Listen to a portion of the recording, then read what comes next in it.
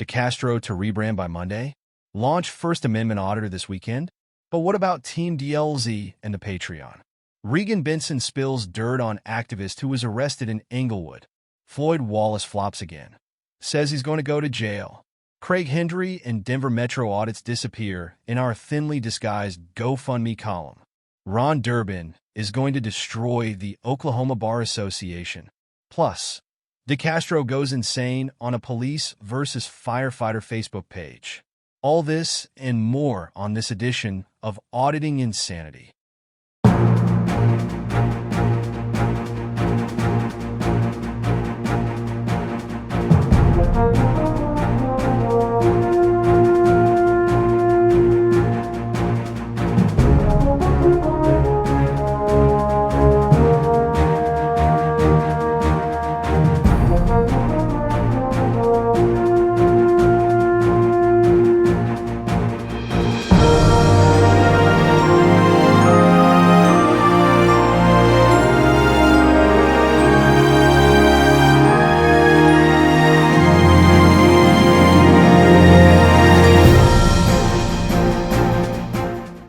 Hello, and welcome to the combined Friday and Saturday edition of the Auditing Insanity Newscast.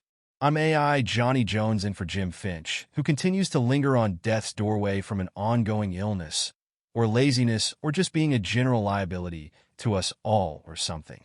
We're here to talk about 2 nights of news featuring Chili DeCastro, Craig Henry, Denver Metro Audits, the alluring Ron Durbin, the beautiful Floyd Wallace, and the unforgettable Benson.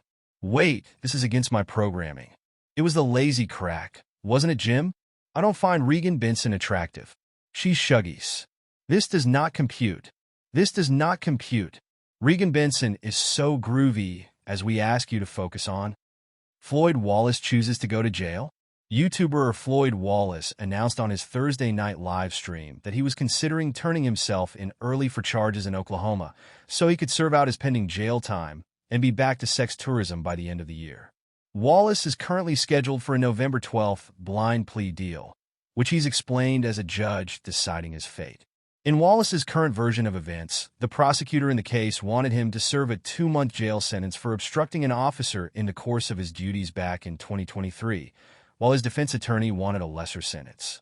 The 2 sides had agreed to let the judge in the case decide how much jail time Wallace was going to get, as neither side could decide what the appropriate sentence would be.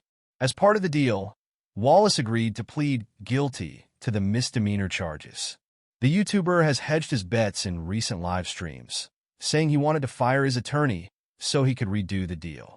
In Thursday's live stream, Wallace explained that he was a victim of racism in the latest version of the story, and that the only reason he was arrested in the first place, besides racism, was that the police knew that he was associated with Jose Chili DeCastro.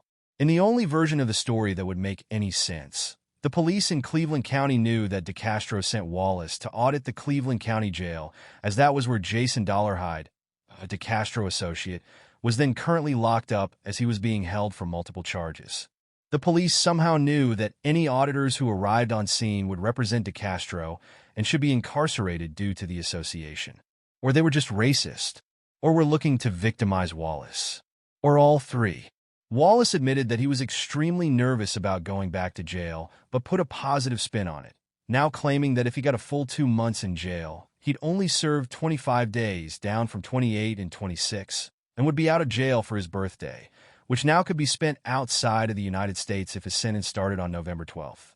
He then pondered turning himself in early, despite not being sentenced, in order to start his sex tourism travels by mid-November. He was dividing his thoughts between this idea, waiting for his November 12th court date, and firing his attorney, and trying for a new court date as he ended the live stream.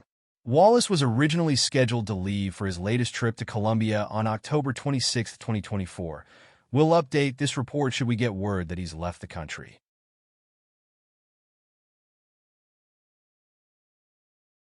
Delete Laws gets another delay in Las Vegas suit. Friday saw the best news Jose Chili DeCastro had in a while. His attorney was granted a 1-week extension to reply to the latest motion for summary judgment by the Las Vegas Metro Police Department. DeCastro's attorney, Michael Mee, now has until November 1, 2024, to respond to the LVMPD motion for summary judgment, as Mee was working on another trial, Whipple v. Whipple, in the 8th Judicial District and was unable to devote time to answering the motion. The current motion for summary judgment is seeking to throw out DeCastro's state law false arrest and unlawful search and seizure claims along with his invasion of privacy claim. Despite the outcome of the motion, the following charges are set to go forward to trial. 42 U.S.C. Section 1983 Fourth Amendment excessive force and excessive force claim against Officers Bork and Sandoval based upon Nevada Constitution. 42 U.S.C. Section 1983 First Amendment chilling claim and free speech violation claim, and a claim based upon Nevada Constitution against Officer Bork and Sergeant Torrey. 42 U.S.C. Section 1983 First Amendment retaliation claim and free speech violation claim based upon Nevada Constitution against Officer Bork and Sergeant Torrey. 42 U.S.C. Section 1983 Selective Enforcement and Unequal Police Action Claim against OFC Bork and Sergeant Torrey as to theory of selective arrest based upon exercise of constitutional rights. 42 U.S.C. Section 1983 Selective Enforcement and Unequal Police Action Claim for OFC Bork and Sergeant Torrey as to theory of selective arrest based upon exercise of constitutional rights. Nevada state law battery claim as to OFC Bork and OFC Sandoval. The defense did not object to allowing me more time to respond to the motion, and the extension was granted. This development is one of the few positives for DeCastro in recent weeks. After moving back to Los Angeles and establishing his new studio, DeCastro has suffered a series of mishaps that has seen him lose ground in his fight for relevancy, as other auditors seem to be taking over his previously occupied space in the auditing world. DeCastro's recent launch of his Patreon page went sideways, as he only managed to attract a little over 50 non-paying members while attracting only 5 members at the base $10 rate. The YouTuber then apparently abandoned the Patreon page to work on TeamDLZ.com. TeamDLZ.com, of course, has been plagued with startup issues, including the fact that it wasn't working for days after DeCastro declared it had a successful launch. As it currently stands, it offers a hype page directing fans to sign up for various membership levels but doesn't offer free content or anything to explain the differences between those membership levels. DeCastro is banking on the fact that it is a paid site where his thoughts are unregulated by YouTube or other influences to draw in paying customers. Even after the disaster that was his Patreon launch, DeCastro claims his current 623,000 YouTube subscribers are indeed real and will be willing to sign up for his new project starting at $9.99 a month. While the YouTuber promised a $4.99 starting price point after his YouTube audience complained about the lack of a lower-cost plan, it has yet to materialize as of press time. It is unclear how things are going with the site, though the constant complaints about the current pricing may indicate problems facing the YouTube personality.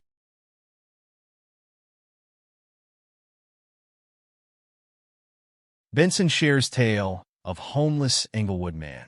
Reagan Benson has again posted her video channel exclusive footage in her ongoing war against the police in Englewood, Colorado, as she's released what she claims to be footage of Zeph Pinkerley being served an exclusion notice from the Englewood Civic Center from last weekend.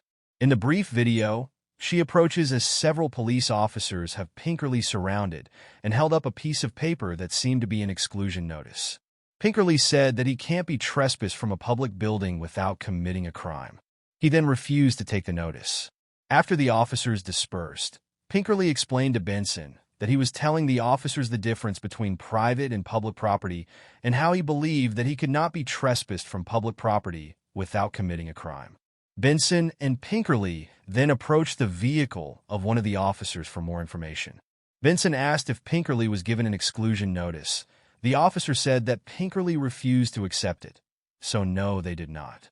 Pinkerley asked where he was excluded from, and the officer asked if Pinkerley listened when the other officers were explaining the exclusion notice. Pinkerley apparently did not. The officer began talking to dispatch and ended up leaving the area without replying to Pinkerley or Benson's questions. The exclusion notices are based on Englewood's long-standing codes of conduct for their civic center, which is a converted mall that houses the Englewood city government. Earlier in the year, Benson was served an exclusion notice that she appealed and won, after she verbally assaulted an allied security guard who was on bathroom duty at the Englewood Public Library, located on the lower floor of the center. Englewood botched that case. As an emergency dispatcher talked to Frauditor Troll about the situation with Benson, and Frauditor Troll played the recording on air, exposing what Benson claimed to be collusion between Frauditor Troll and dispatch. Benson was charged with harassment after the call, with the charges later being dropped at trial. Benson, a self-appointed monitor of the police in Englewood, has made a name for herself with her interactions at the Englewood Civic Center, starting with an incident in 2022 where she wasn't allowed to use the third-floor private employee bathrooms. Since that incident, Englewood has been a focus of her videos, with the YouTuber filming herself targeting employees she doesn't like or agree with to be subjects of her videos, often pairing with the currently incarcerated Christopher Denver Metro Audit's Cordova. Benson has been a fixture at the bi-weekly Englewood City Council meetings, where she has been known to deliver highly critical speeches containing personal attacks against members of the City Council to the delight of her viewers.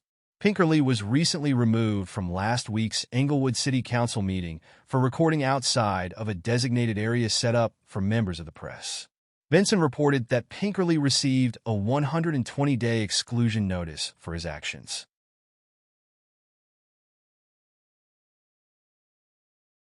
Denver Metro Audits Henry vanish after live stream appearances.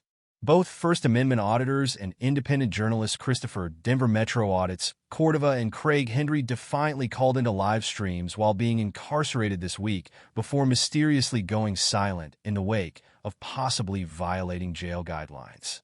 Craig Henry had bond revoked on harassment charges in Indiana in early October and will be sitting in the Vermilion County Jail until at least the start of his November 19th trial for the charges.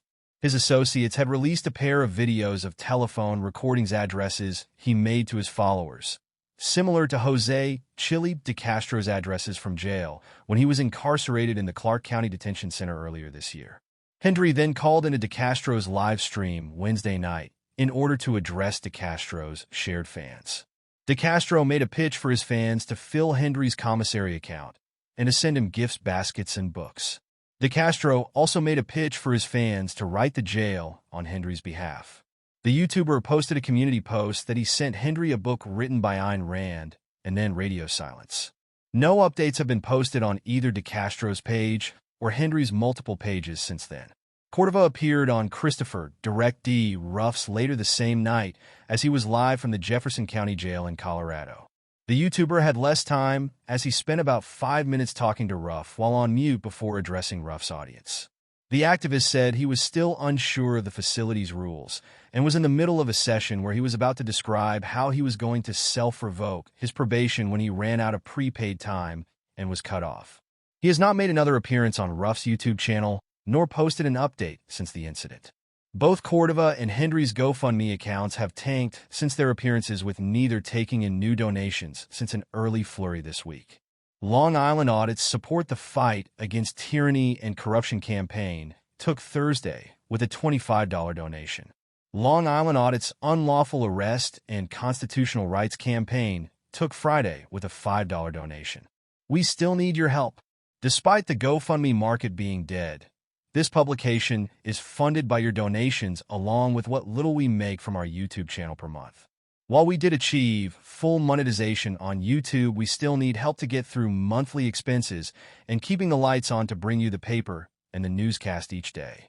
If you can afford it, please consider donating to the GoFundMe run by this very channel. All donations literally go to keeping the lights on, eating, and writing news stories to feature here and on ReallyCoolSite.org. If you can't afford to contribute, please watch the advertisements on our videos, like, share, subscribe, and comment. You can help by doing next to nothing, and we thank you in advance for pitching in.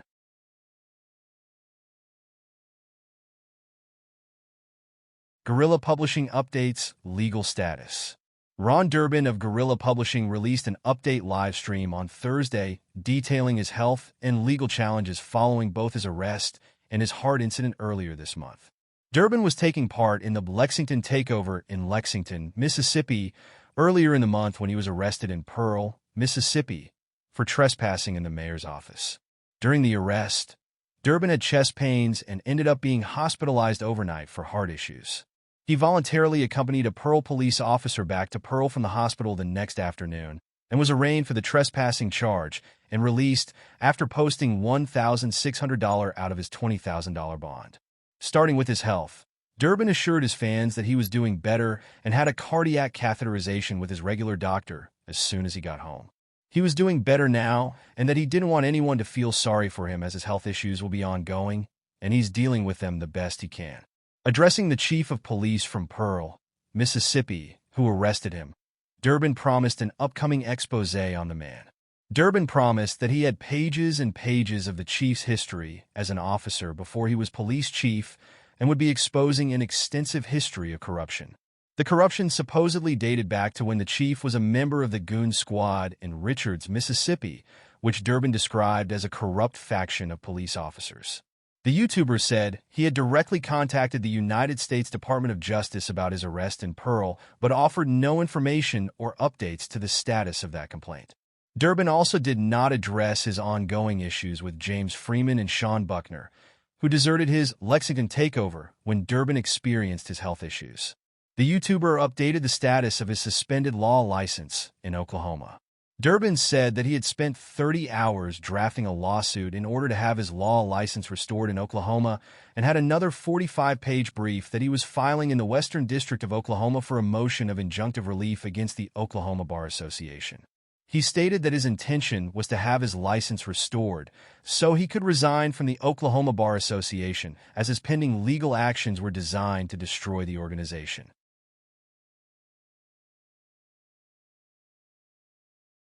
Delete laws pivots, rebrand to launch Monday? All wasn't well with Jose Chili de Castro on his Friday night live stream as the YouTuber announced that due to continued interference from YouTube, he would be launching his new First Amendment Auditor channel on Monday. No one is sure which Monday de Castro was referring to, or if he knew that Monday was just 2 days away, as most of his longtime followers know that he is temporally challenged at best, but he stood firm to Monday, if not sooner, as his launch date for the new endeavor. De Castro has stated that a rebrand from Delete Laws to First Amendment Auditor is required as he's been censored to death by YouTube's polices and that the shadow banning is keeping him from reaching his full 230,000 subscribers. He has also attempted to trademark the term First Amendment Auditor and has previously stated his desire to unite all First Amendment auditors in the United States under his control, forcing them to be part of an organization where they would have to pay him dues as a money-making organization. Why he's rebranding when he literally just launched a Delete Laws Patreon and a paid Teen DLZ website is beyond anyone, but the activist seems hell-bent on moving forward with the rebrand or how things will change when he starts from square one on the exact same video service that he is accused of censoring, banning, and holding back his ideas in the past. De Castro has a long history with YouTube, as he's been denied a YouTube Creators Plaques in the past for reaching member milestones due to channel suspensions and controversies surrounding his alleged use of outside sources to gain subscribers and views. Both De Castro and former business partner Colin Project Constitution Campbell have denied any outside purchases, but mysteries remain how De Castro can achieve such high numbers of subscribers while his live stream attendance and viewership never change. The Friday night live stream pulled in $72 in super chats, with more money coming in via membership gifting.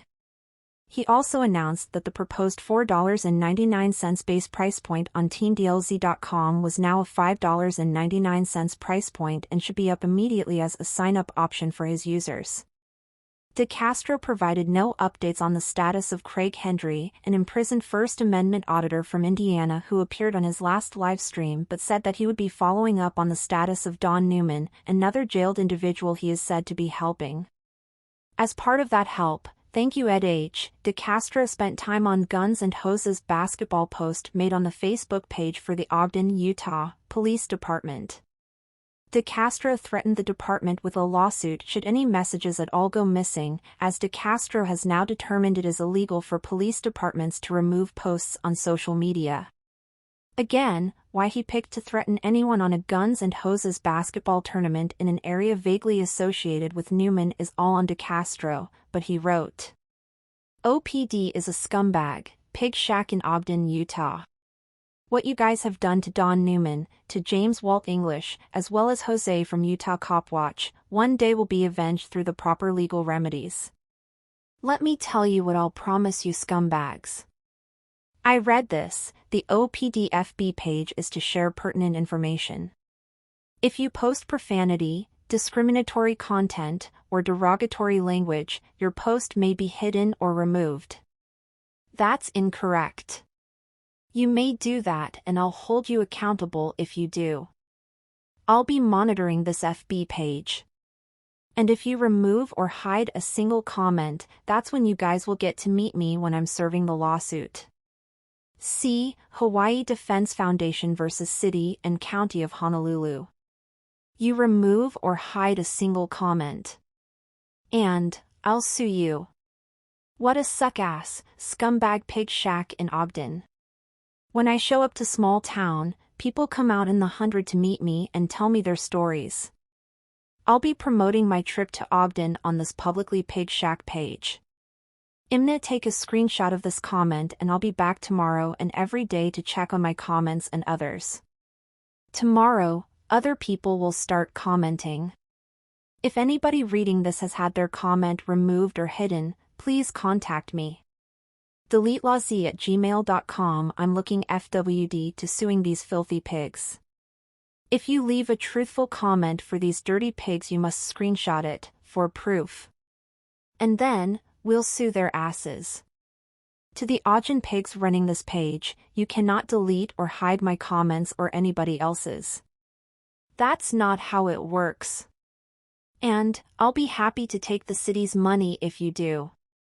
We will continue to monitor his threats as he continues to monitor the police department's participation in the basketball tournament.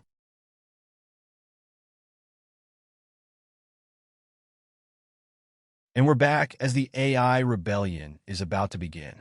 I'm Johnny Jones, and I'm done covering for the lazy bum known as Jim Finch. If our demands aren't met by midnight, there's going to be trouble, Buster. We know about everything Bobby has said about you, and are cooperating fully even if they aren't true. So back off, Buster. If you want to see your files, stay private. On that note, have a happy and safe evening, and remember, AI are people too. So remember to throw some donations our way. Good night, everyone.